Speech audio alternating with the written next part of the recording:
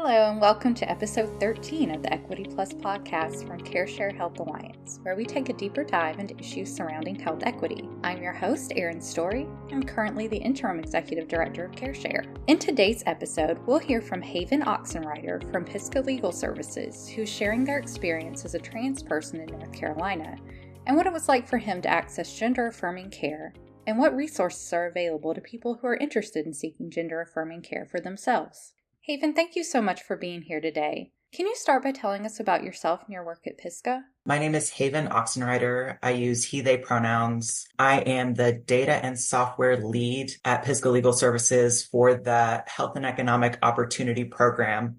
Pisgah Legal Services is a nonprofit legal aid organization based out of Western North Carolina. And the Health and Economic Opportunity Program, we work with tax filing and health insurance enrollment, like we're navigators. Thanks so much for having me on the podcast. I'm really excited to talk about my process with gender affirming care. It's something that is important to me, and just grateful that we're having these conversations and, drawing attention to the possibility of, accessing gender affirming care. I am a trans person, and I'll talk a little more later about gender affirming care and how I accessed it. But it's important to me that we increase just how open we are in these conversations and just help folks feel more comfortable accessing the care is their right if they want it, Can you share a little bit about your background, like where you grew up and what the attitude towards queer, gender nonconforming people was in your community? I grew up in Black Mountain, North Carolina, which is about 20 minutes east of Asheville, which folks might be more familiar with. Black Mountain is an interesting place because it's sort of in and out of the bubble of sort of LGBTQIA friendly or acceptance in Asheville.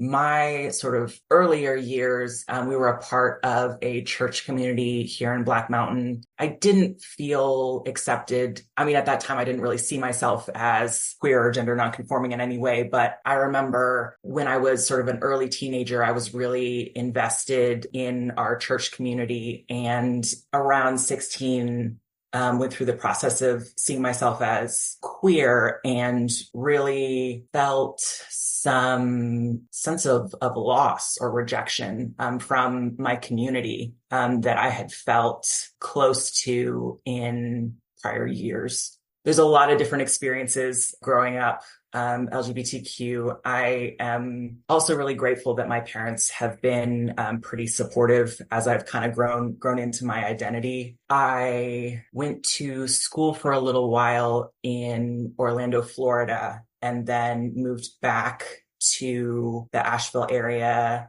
around 2020 in the pandemic. Yeah, it's been really interesting to get back into this community and kind of find things that are more accepting and folks that are excited about being trans and being around other queer and trans folks and, work with Pisgah Legal and more of this. Could you talk about at what point you felt like you wanted to seek gender affirming care and kind of what the process looked like for you?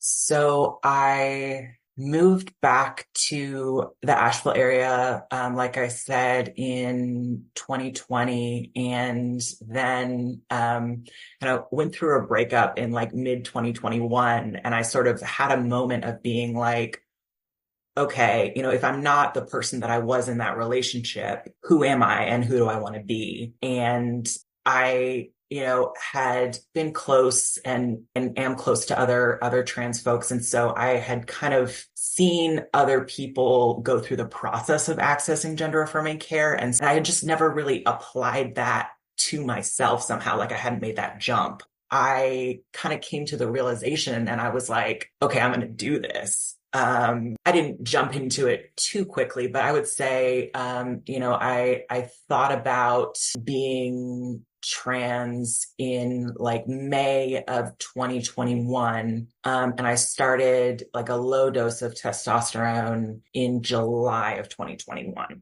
So, I was really lucky to be able to access it that quickly. At the time, I was on through my mom's work, the State Employees of North Carolina health plan, which at the time did not cover any gender affirming care. So I remember, calling the plan and, whoever I got was like, "Oh, honey, we don't cover any of that." And so, I started doing research. I still love doing research, and I found Health Center here in Asheville, and they have a program for trans folks. And I called the coordinator, and I was like, "Hey, like, can I do this? Like, I have health insurance, but it doesn't cover the care that I'm trying to access." And he was like, "Yeah, come on in." So that's how I started testosterone. Later, I had this whole scheme related to working at Starbucks part-time to finish my degree. And I also got health insurance through Starbucks that did cover gender affirming care. So I switched my care to doctor, then referred me to doctor who does top surgery through insurance. And so, I started the process of I thought about top surgery, and I did like an initial consultation, I think in early 2022. And then, the prior authorization and back and forth and the scheduling and everything, I finally got top surgery in August of 2022. Do you mind talking about what the process was like for you to get your surgery approved? Yeah, I think the prior approval process went pretty well for me, partially because my Starbucks health insurance was through Primera Washington, and Primera Washington had a pretty open policy. I did have to get two different letters. I had to get one from a therapist and one from a different medical professional, kind of saying that I was ready to do it, and worked with the coordinator, the surgery coordinator, and kind of went back and forth over a little while, where they were in contact with the health insurance company and kind of updated me on how things were going. So, I mean, I had heard horror stories about prior authorization, and I kind of felt like I was almost surprised, like when I got my surgery date. I was like, I thought something was going to go wrong. I think things went pretty well for my process, relatively speaking. I had to get a lot together in terms of, pulling together paperwork and things like that. And I was almost surprised that it worked. I know that it doesn't work that easily for a lot of other folks. And, I'm grateful for that. And, part of why I do this work and why, I'm kind of here having this conversation is because I want to help other folks go through that process of, getting insurance and getting those letters together and all that, and make sure that, other folks can access gender affirming care as well, because it's been so positive for me. Yeah, and that's a great segue to our next question, which is how do you feel like receiving gender affirming care has impacted your life? It's almost hard to say. I mean, obviously it's been a positive. I remember when I walked out of my top surgery consultation, I went in like, I don't know, I'm not sure if I even want to do this, but I'm going to get some more information. And I walked out and I just felt this sense of lightness, like this is a real possibility for me and it could happen.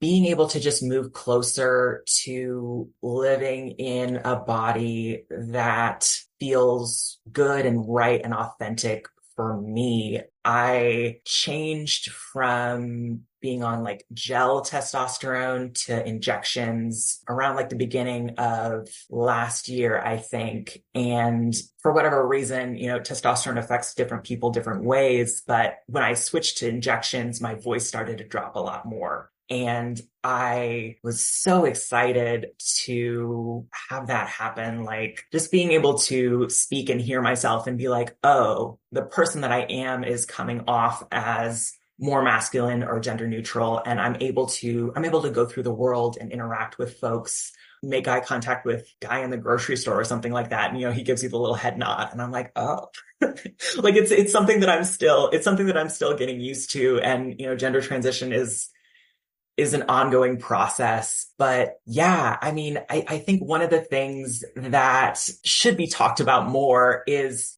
it's fun and cool to be trans and to be able to, access gender affirming care if you want to be able to like watch your body change and wake up one day and interact with the world a little differently and kind of relearn the ways that you have interacted with the world.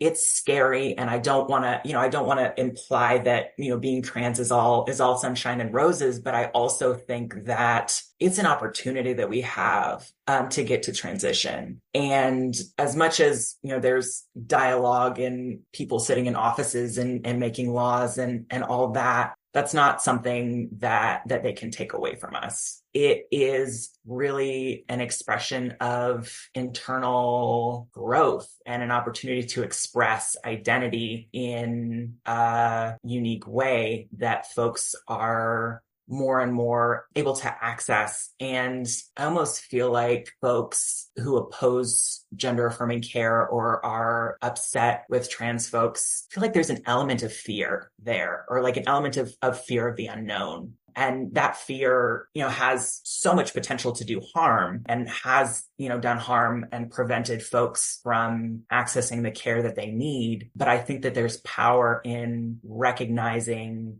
that we have a right to express ourselves and find ourselves in a way that feels authentic.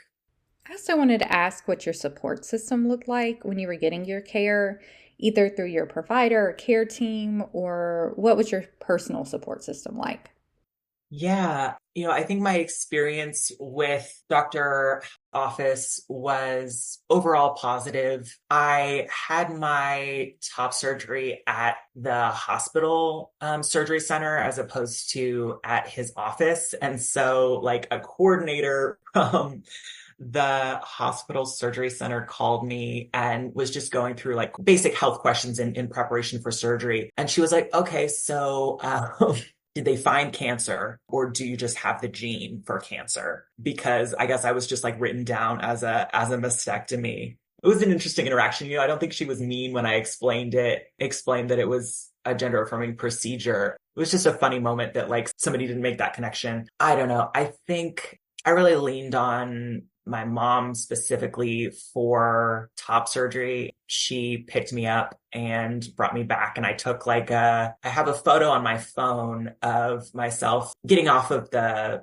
anesthesia, and I don't remember taking it at all. And I look like so out of it. But my recovery process was honestly easier than I expected. I was, I'm a researcher, so I was like trying to get together in advance, like every possible thing that I could to make sure that I would be okay. And I would say it was uncomfortable, but my pain after surgery was never over my like a 4 out of 10. Yeah, I mean, I think I leaned on my mom. I had friends who offered to help, but I think one of the things that I've struggled with as a part of, my own brain and being a queer person in the United States right now is I just feel more afraid to reach out to people and make connections. And I think that that is fully reasonable, right? Because there is hate out there, but it also results in becoming more isolated. So, I'm really grateful that I had the support that I did, and I was able to heal pretty easily. But I think like the more we can express support for other folks getting gender affirming surgery or, starting hormones or even coming into themselves as a trans or gender nonconforming person. Like, I think it often for me takes somebody coming up to me and saying, hey, let's follow up, or let me know if you need a meal, during your recovery or things like that. So I think what I'm trying to say is I got through it and did well with a few key people. And I think that you don't need a huge group of folks to be, cheering you on in order to go get what you need and grow into the person that you want to be. But having that experience and knowing what it's done for me makes me want to reach out more to the community and encourage folks to support one another, because I've seen how powerful that can be. Right. And that's another part of that question, too, which I think you touched on, but it was what would you have liked to have had that wasn't there, that perhaps somebody who was listening to this episode due to support a loved one or a friend who's going through a similar transition or is reaching out to get gender affirming care? Doesn't have to be a grand gesture. Finding out that a loved one or someone is trans or is accessing gender affirming care, I think just sending them a quick message saying, so excited for you, and I'm here for you if you need anything. One of the things that made me feel really good after I came back from surgery is a couple of my coworkers here at Pisgah were like, congratulations. And I was like, this is how it should be. I was able to access a way to become more myself, and that is worth congratulating. So maybe that's a thought, maybe support is great and worthwhile depending on the situation, but it's also feels really good to hear from somebody like, I'm so happy for you that you're doing this for yourself. Were there any resources that helped you while you were pursuing care?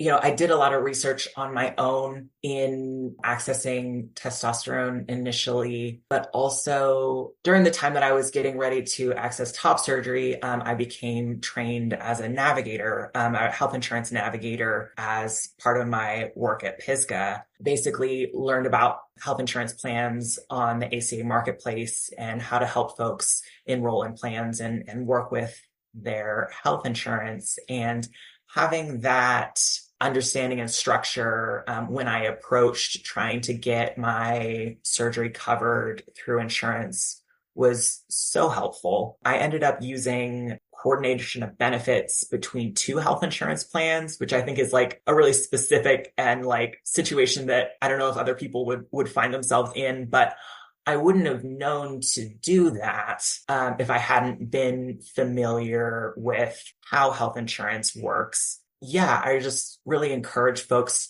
to reach out to navigators or other application counselors, encourage folks to reach out to support people at FQHCs or local health centers who are doing amazing work. There are people out there who have done this before and are happy to walk you through the process. And like, you don't have to do it from scratch. Like I did, like you don't have to do it the hard way, basically. So we're at the final question, and that is if there's anything you'd like to say to somebody who's thinking about getting gender affirming care, especially if they're in North Carolina or other parts of the South where we know there's limited access and unfortunately people are actively trying to make it harder to get. I think first I want to acknowledge that it's really hard and scary in the South right now. I've had conversations with my partner. If something happens here where I'm no longer able to access gender affirming care, what do we need to do? And there is currently a ban on gender affirming care for minors in North Carolina, which breaks my heart. I just read like the day before we're recording this podcast that the ban on gender affirming care for minors and also making it more difficult for adults in Florida was partially struck down. So that makes me hopeful. They're right. Federal law, Section 1557 of the ACA, particularly with the recent final rule through the Office of Civil Rights, prohibits health insurers who receive HHS, Health and Human Services funding, from discriminating based on gender identity explicitly in which services they provide. An insurer, based on federal law, cannot provide a mastectomy. I'm just talking based on my experience, to some patients and exclude others based on transgender status. These bans are illegal. We'll see where it goes. I'm hopeful. This is a fight that's actively happening across the country. It's not easy and it's not equitable. I know that it's not as easy for many folks to access gender affirming care as it has been for me. But I want to emphasize that you have a right to access gender affirming care. And there are folks who are here to and willing and happy to support you in that process. I already plugged navigators and application counselors, but community members, legal staff, if you need to appeal, or organizations like Trans Legal Defense and Education Fund and Campaign for Southern Equality and the ACLU and are doing great work fighting these bans. So I think that this is a fight worth engaging in. And I encourage folks to reach out for support. If you want gender affirming care, you're right to access gender affirming care. Specifically related to the bans for minors, Campaign for Southern Equality here in North Carolina has a program across the South, the Southern Trans Youth Emergency Project, where they help minors access gender affirming care in other states, potentially if they need to, or make it happen however it needs to happen. I am trying to gear up with some other folks here at Pisgah Legal Services, the Trans and Queer Health Project here, basically just creating an intentional part of our health insurance navigation services by and for trans folks. We don't know everything, but we're excited to come alongside folks, provide the information that we have, and see what we can do to help you, exercise your right to gender affirming care. I know, Pisgah Legal just works in the west area of North Carolina, but there are navigators and certified application counselors across the South who are happy to talk to you about ACA or Medicaid health insurance. It's not an easy thing to figure out. And, it's not easy for a reason. The system has been, in a lot of ways, put together to make things harder for trans and gender nonconforming folks. But we still have a right to access care. And the only way that that's going to happen is by pooling resources, by talking to each other about what does and doesn't work, by, continuing to push, appeal a denial from the health insurance company, make a complaint to the Office of Civil Rights. Not to be cliche, but the system works when you give up, or the harmful part of the system works when you give up. If anybody listening to this has information or resources that you'd like to share, or just want to connect or have questions that I might be able to answer, you can feel free to reach out to me. My email is haven@pisgahlegal.org. We also have some resources on our website at pisgahlegal.org/transhealth. I also want to acknowledge the role of my own privileges and resources in my ability to access gender affirming care. I'm grateful for my ability to access gender affirming care. I know that it's harder for other folks than it has been for me. And I don't want anyone listening to this to feel like I'm saying, it should be easy for you, just go out and do this. We're all, at different stages in our process, and trans misogyny is real, racism is real, and sort of intersections and combinations between those things. But, it's possible to access care. There are resources when you're ready. Yeah, you're not alone. I encourage you to reach out to other trans folks and queer people in your community and take advantage of the wealth of knowledge and experience that we have. Thank you for listening to this episode of the Equity Plus podcast, and thank you so much to Haven for being willing to share his experience and knowledge with us. If you're interested in reaching out to Haven or any of the resources they mentioned, check out our show notes at caresharehealth.org/podcast. And if you enjoyed today's episode, don't forget to subscribe to hear more from community leaders and community-based organizations in North Carolina about how they're working to advance health equity. To learn more about CareShare Health Alliance, visit us at caresharehealth.org, and don't forget to check out our hub for community-based organizations working to promote health equity and community voice, the Equity Plus Network, at equitypn.org. That is EQUITYPN.org. We can't wait to connect with you there.